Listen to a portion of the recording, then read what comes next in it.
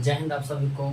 आज मैं फिर से आप लोगों के बीच खासकर जो 10th क्लास का जो टॉपिक है मैथ में, इसको त्रिकोणमिति इंग्लिश में त्रिगोनोमेट्री कहते हैं, जिसका जो मेन जो बेसिक जितने फार्मूला है ना, वो सबको लेकर आप लोगों के बीच आ रहा है, जो खासकर 10th क्लास के लिए बहुत महत्वपूर्ण, क्योंकि 10th क्लास में त्रिकोणमिति ही एक ऐसा पहला चैप्टर है जो स्टूडेंट पहली बार उसको टच करते उसे बनाने की कोशिश करते हैं। तो समझते त्रिकोणमिति में है क्या, बहुत ही आसान है, खाली समझिएगा स्टेप बाय स्टेप, कोई दिक्कत नहीं। तो पहले है त्रिकोणमिति, इसको बोलते हैं त्रिगोनोमेट्री। तो त्रिकोणमिति मतलब क्या होता है, त्रि माने तीन, कोण माने कोण, मिति माने मापना। जब किसी समकोण त्रिभुज को हम तीनों कोण को मापते हैं ना, उसी को त्रिकोणमिति कहते हैं। ठीक है, ऐसे हम डिफिनेशन लिख दिए हैं त्रिकोणमिति की। किसी समकोण त्रिभुज में तीनों कोणों की माप ही त्रिकोणमिति कहलाता है। किसी समकोण त्रिभुज में लिख लें, किसी समकोण त्रिभुज में तीनों कोणों की माप ही त्रिकोणमिति कहलाता है। यानी खासकर जो समकोण त्रिभुज होते हैं ना, उसमें जो तीनों कोणों की माप होती है त्रिकोणमिति कहलाता है। ठीक है, इसमें देखो त्रिकोणमिति जो होता है ना, ये जो समकोण त्रिभुज ये होता है 90 डिग्री का। तो भाई जी इसमें जो AC होता है ना, उसी वो AB प्लस BC के योग के बराबर होता है। तो मान लीजिए 90 दोनों 75 डिग्री हो जाएगा। ठीक है ना। तो देखो त्रिकोणमिति में जो होता है ना, खासकर जो आपको 5 गो अनुपात आता है, ये 6 गो सॉरी 6 अनुपात आता है। त्रिकोणमिति में आपको ध्यान रखना है ना, 6 अनुपात होता है, जिसको sine theta, cos theta, tan theta, cosec theta, sec theta और कॉट थीटा कहते हैं। ठीक है, फिर समझिए त्रिकोणमिति में 6 अनुपात होते हैं, sine theta, cos theta, tan theta, cosec theta, sec theta और कॉट थीटा। और इसी जो है ना 3 गो, इसी का उल्टा है सर। देखिए यहाँ जाए साइन थीटा का उल्टा 1/, कोसेक थीटा होता है, और कॉस थीटा का उल्टा 1/, सेक थीटा होता है, और टेन का उल्टा 1/, कॉट थीटा होता है। ठीक है, यही 6 अनुपात होते हैं, ये त्रिकोणमिति का। इसी पे पूरा फॉर्मूला आपको आता है। उसके बाद देखिए हम यहाँ पे इसमें जो मेन जो बेसिक फॉर्मूला होता है, उसमें देखिए यहाँ पे जो है ना एक समकोण त्रिभुज है, ABC एक समकोण त्रिभुज है, जिसमें ये जो सबसे बड़ी भुजा कर्ण होती है, हिंदी में कर्ण कहते हैं, इंग्लिश में हाइपोटेनस कहते हैं। ठीक है, इसको H से दिखाया जाता है। ये जो हमारा लंब होती है, हिंदी में लंब, इंग्लिश में परपेंडिकुलर कहते हैं, इसे P से दिखाया जाता है।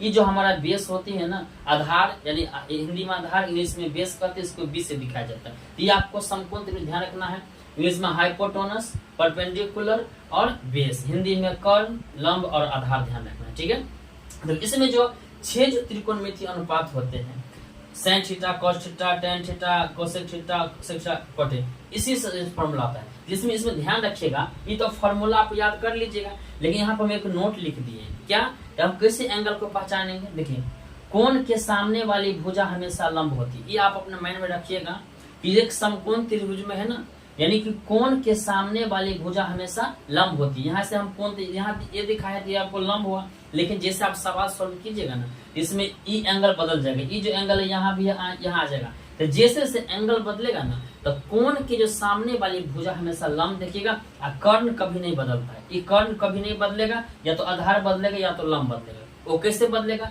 जब कोण बदलेगा ना, तो आधार बदलेगा और क्या बदलेगा, लंब बदलेगा। आपको ध्यान, इसलिए नोट में लिख दिए हैं कि कोण के सामने वाली भुजा हमेशा लंब होती है। देखिए इसमें जो 6 जो अनुपात है त्रिकोणमिति का, पहला साइन थीटा, तो साइन थीटा फॉर्मूला होता है लंब बटा कर्ण। साइन थीटा बराबर लंब बटा कर्ण होता है, उसे इंग्लिश में P से और S से परपेंडिकुलर बाय हाइपोटेनस P/H होता है। कॉस थीटा बराबर आधार बटा कर्ण होता है, इसको इंग्लिश में बेस बटा हाइपोटेनस यानी कि B/H कहते हैं। और टेन थीटा बराबर होता है लंब बटा आधार यानी P/H, P से परपेंडिकुलर है, B से बेस यानी लंब बटा आधार होता है। ठीक है, उसके बाद देखो कोसेक थीटा, यानी इसी का साइन उल्टा आता है कोसेक थीटा। कोसेक थीटा हम लोग यहाँ जी उल्टा है ना, साइन उल्टा 1/, का कोसेक है, जो कोसेक उल्टा इसी का उल्टा कर देंगे। ये लंब बटा कर्ण है, तो कर्ण बटा लंब हो गया, कर्ण बटा लंब यानी H/P हो गया। ये सेक थीटा है ना, उल्टा किसका है, कोस को उल्टा है, तो ये कोस थीटा आधार बटा कर्ण है ना, तो यहाँ क्या हो जाएगा आपको, कर्ण बटा आधार हो जाएगा, यानी कि H/B हो जाएगा।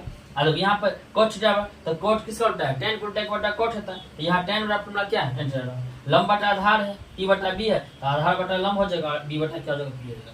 ये आपको समकोण त्रिभुज में कर्ण, लंब, आधार वाला ये फॉर्मूला होगा। ठीक है, उसके बाद देखिए ये जो कर्ण, लंब, आधार है, मान निकालिएगा। ये तो आप पता है कि समकोण त्रिभुज में 3 गो भुजा है, कर्ण है, लंब है, आधार है। तो मान लीजिए जिसमें आपको 2 का तो मान दिया रहेगा, लेकिन तीसरा आपको निकालना होगा। तो तीसरा कैसे निकालिएगा, देखिए यहाँ पर हम लिख दिए।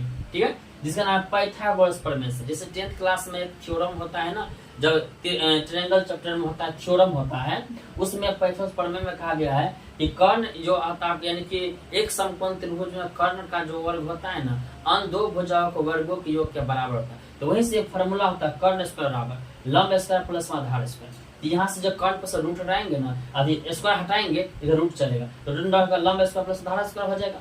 फिर यहाँ पर जो लंब स्क्वायर बराबर होता है कर्ण स्क्वायर माइनस आधार स्क्वायर, इससे लंब बस स्क्वायर हटाएगा, इधर क्या रूट चलेगा, तो कर्ण स्क्वायर माइनस में क्या हो जाएगा, आधार स्क्वायर हो जाएगा। ठीक है, उसके बाद है आधार स्क्वायर बराबर क्या होगा, आधार स्क्वायर बराबर, यहाँ देखिए रूट अंडर पहले नहीं चला है, यहाँ पे इसके रूट को हटा दीजिए। ठीक है, बाद में रूट चलाएंगे, तो यहाँ पे जो होगा आधार स्क्वायर बराबर होगा कर्ण स्क्वायर माइनस में लंब स्क्वायर हो जाएगा। और यहाँ पर जब कर्ण आधार पर स्क्वायर हटाएंगे ना, यहाँ रूट चढ़ जाएगा, रूट क्या हो जाएगा, कर्ण स्क्वायर माइनस में लंब स्क्वायर। यानी देखिए यहाँ जो sine cos tan sec cosec sec cot है, इसमें जो लंब आधार कर्ण निकालना है ना, तो सबसे पहले आपको समकोण त्रिभुज में 2 का वैल्यू आपको दिया रहेगा।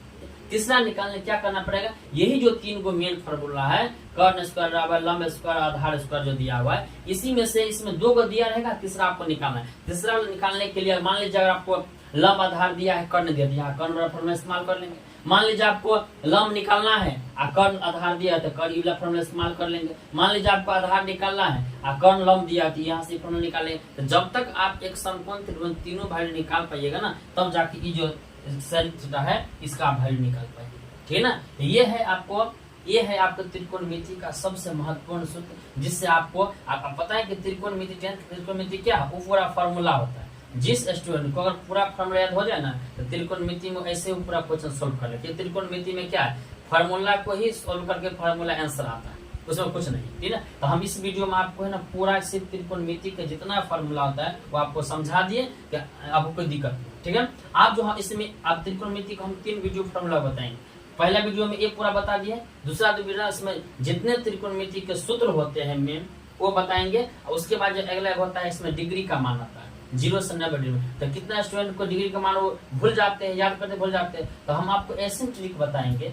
जिसमें आपको रटना नहीं पड़ेगा, बस आपको बता देंगे ना निकाल के और उसको मान पुट कर दें, आपको कोई दिक्कत नहीं। ठीक है ना, ये इस वीडियो में आपको त्रिकोणमिति की जानकारी दिए। ठीक है ना, और आपको वीडियो अच्छा लगा तो शेयर कर दीजिए, हमारे चैनल को सब्सक्राइब कर दीजिए, जिससे हम कोई वीडियो बनाएंगे ना आपके पास पहुंच जाए। ठीक है, तो ये हुआ आपको त्रिकोणमिति का एक लंब का आधार पदार्थ प्राप्त होगा। ठीक है।